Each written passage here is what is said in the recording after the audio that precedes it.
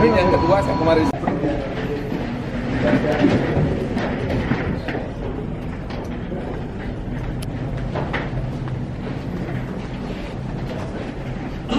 Pertama-tama sungkara asal keter pada hari desain 2 mengawali tahun 2024 kita bisa hadir di sini, tempat yang luar biasa walaupun bangunannya tua tetapi luar biasa. Saya juga baru lihat dekorasinya hanya mungkin dari apa yang dilaporkan pada saya, prestasinya luar biasa. Saya makasih sekali pada teman-teman semua. Saya menjadi bertambah yakin, bertambah optimis. 2024 kita akan bisa bekerja dengan baik. Saya harap mudah-mudahan bisa lebih baik dengan kemarin. Saya kemarin 2023 cukup berat, persoalan-persoalan yang ada, tantangan cukup berat, terbanyak keterbatasan. Tapi 2024 saya yakin juga itu aja bisa dilalui pada 2024, saya percaya.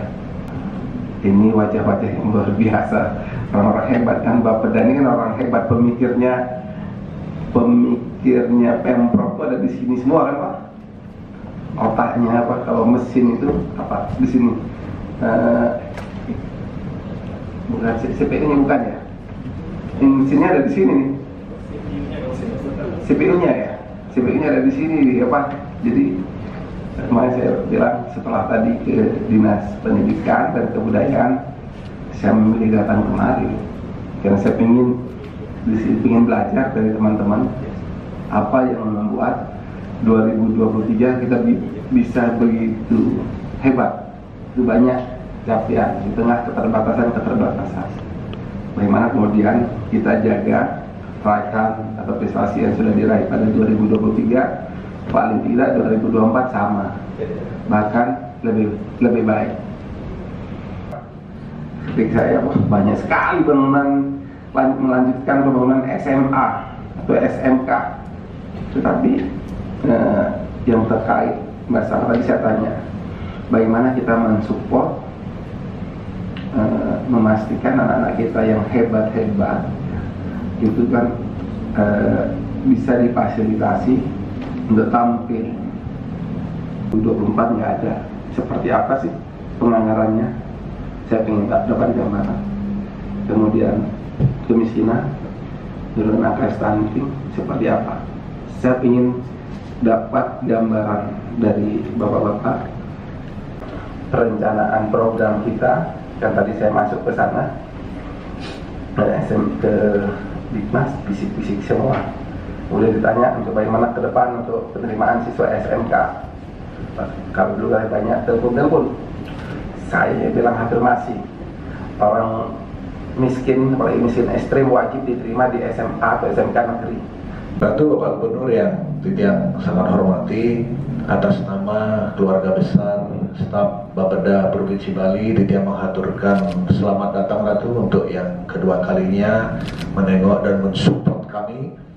Kemudian nenten lali Ditya ngaturang selamat tahun baru 2024, dumugi Ida selalu kena rahayu dan diberikan kekuatan bimbingan jalan terang dalam memimpin daerah Bali, sehingga tugas-tugas Ido ke depan tetap berjalan dengan baik, tetap menjadikan Bali niki santi dan jagadita. Maaf sekali lagi, 2 kabin kami tidak hadir. 1 cuti, anaknya sedang menikah, jadi prosesi upacara di Karangasem. Kemudian 1 lagi Pak Kabid PPM, Pemerintahan dan Pembangunan Manusia, hari ini dapat jadwal seleksi untuk Kadis Perizinan jadi ikut seleksi atas perkenan Ide memberikan izin ikut seleksi. Kemudian yang ketiga Pak Sekretaris kami juga ikut seleksi calon Kadis Perizinan. Artinya tidak perlu langsung minta ke Bappenas kalau tidak asistensi jadi sudah memenuhi syarat. Di samping perencana madya juga kita punya, ada Putuwira, ada perencana muda yang kemarin ditransformasi dari jabatan struktural eselon 4 Jadi eselon 4 kita sudah bertransformasi menjadi fungsional perencana muda dan sebagian media. Di samping juga ada fungsional yang lain. Kita punya pustakawan, punya arsiparis. Daerah itu tidak hanya mengkoordinasikan perencanaan di tingkat perangkat daerah, tetapi juga kabupaten kota. Dan ini yang tugas berat kita dengan gubernur definitif kalau di RPJMD itu adalah menjaga kualitas perencanaan pembangunan daerah nikel mangdo konsisten, mangdo sesuai. Kemudian bulan Februari Maret kita sudah musrenbang, nanti akan menghadirkan Pak Menteri Mendagri dan Pak Menteri Bappenas, kemudian memberikan arahan untuk muatan itu, tapi sebelumnya tetap tinggal lapor dari kita. Bulan Februari dan Maret. Jadi musrenbang RPJP ini berbeda dengan musrenbang tahunan ya RKP ini. Nanti tinggal arahan ini. Nah kemudian perda yang kedua adalah perda RPJMD yang 5 tahun. RPJP ini umurnya 20 tahun. B-nya mengkoordinasikan persiapannya. Nah, termasuk pembentukan project management office-nya yang kantor kita ini dipakai Ratu oleh Bappenas di Gedung Timur yang sama tidak laporkan. Jadi proses administrasi sampai puput kami di tahun 2023 sehingga harapan titian di 2024 ini tinggal kembali mantap.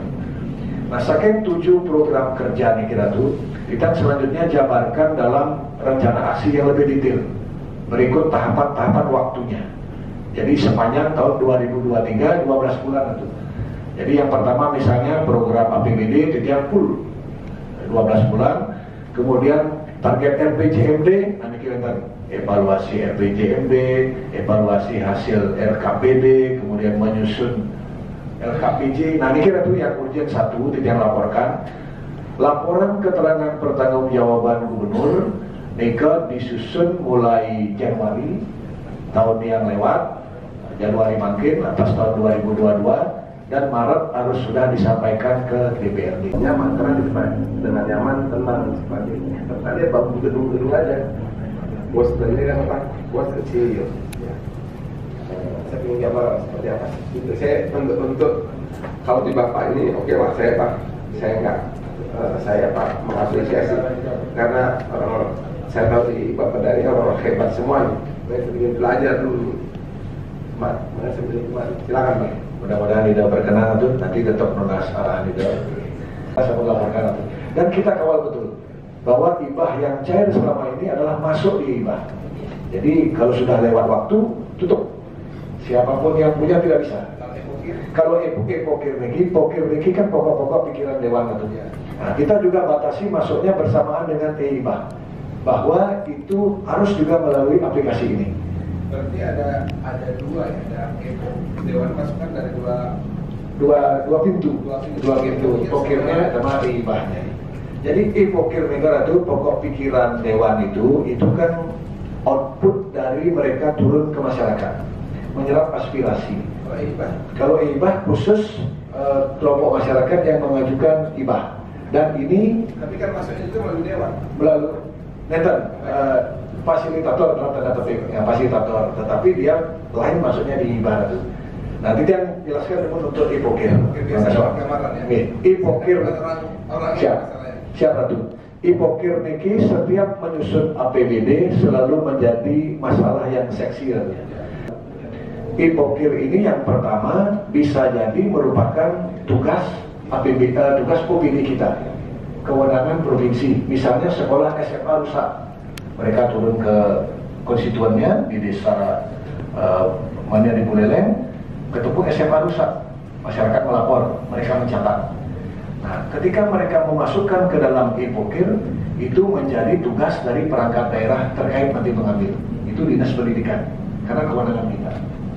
Nah, yang kedua Ratu, tadi yang pertama itu kewenangan kita provinsi, hasil resesnya. Hasil reses yang kedua adalah masukan yang terkait dengan kewenangan kabupaten. Mereka turun ke bawah, tahu-tahu ada SMP yang rusak. Nah, SMP ini kan kewenangan kabupaten atau, nah mereka tetap mencatat, nah, memasukkan ke dalam ipokir. Nah, nanti kalau kita membantu, dia akan menjadi BKK, bantuan keuangan khusus ke kabupaten, tidak menjadi program OPD kita tuh, yang tadi nomor 1. Nah, karena kewenangan kita. Nah, yang kedua, kewenangan kabupaten kita BKK. Rumah tidak layak huni di kawasan itu sebanyak berapa Pak Kabit? dan 30 ya, sekitar mereka ya. Jadi termasuk rumahnya kita intervensi lah tuh. Jadi di kawasan itu tidak hanya drainasenya, jadi listriknya kita mungkin CS, jadi kita keroyok kawasan. Nah kemudian yang kawasan-kawasan menjadi kewenangan kabupaten, nah niki kita dorong kabupaten. Nah, kalau ini kegiatan penyediaan biaya personil serta listrik 15 sekian, apa itu Pak? Dalam 6.761, katanya bosnya nggak ada. Nah niki bos nasional lah tuh, yang sudah masuk di APBD ini. Bos nasional. Iya, niki kan daus sampai masuk APBD lah tuh. Bukan bos daerah. Bukan bos daerah. Jadi bos nasional. Ya, jadi kita perlu dorong nanti untuk arahan Ida itu.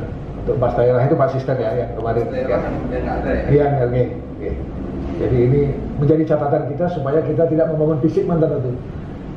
Karena kemarin 2019 sampai 2023 lah tuh 17 SMA baru yang tidak hanya selesai dibangun setahun fisiknya Ratu, mungkin dia menjadi beban lanjutan.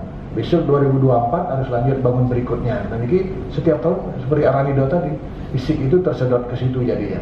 Kita setuju sehingga tahun ke depan kita akan bangun pendukungnya, SDM-nya, seperti Bosda dan lain-lainnya Ratu. Bila menerbang bantuan permodalan misalnya atau apa diarahkan sehingga dia benar-benar mentas gitu. Yang sederhana, saya bukan orang ini, saya berpikirnya sederhana saja. Kemiskinan ekstrim, ya. Saya kan tadi sudah sempat rapat dengan Bapak dan seluruh ini Pak ya Bali. Semestinya kalau kita ngerumus selesai, bagi provinsi berapa, kabupaten berapa, tinggal bantu saja. Tetapi tolong dicek betul data. Tadi sudah bagus, sudah ada hasil verifikasi yang jauh sekali. Itu yang utama. Sehingga kita intervensi awal bulan sudah selesai. Di samping juga tadi bantuan-bantuan saran ya bagaimana kita meningkatkan akses untuk biar kan kadang-kadang orang miskin itu salah satu penyebabnya keterbatasan akses terkait juga sarana prasarana yang ada, misalnya air bersih dan sebagainya. Berapa? Karena memang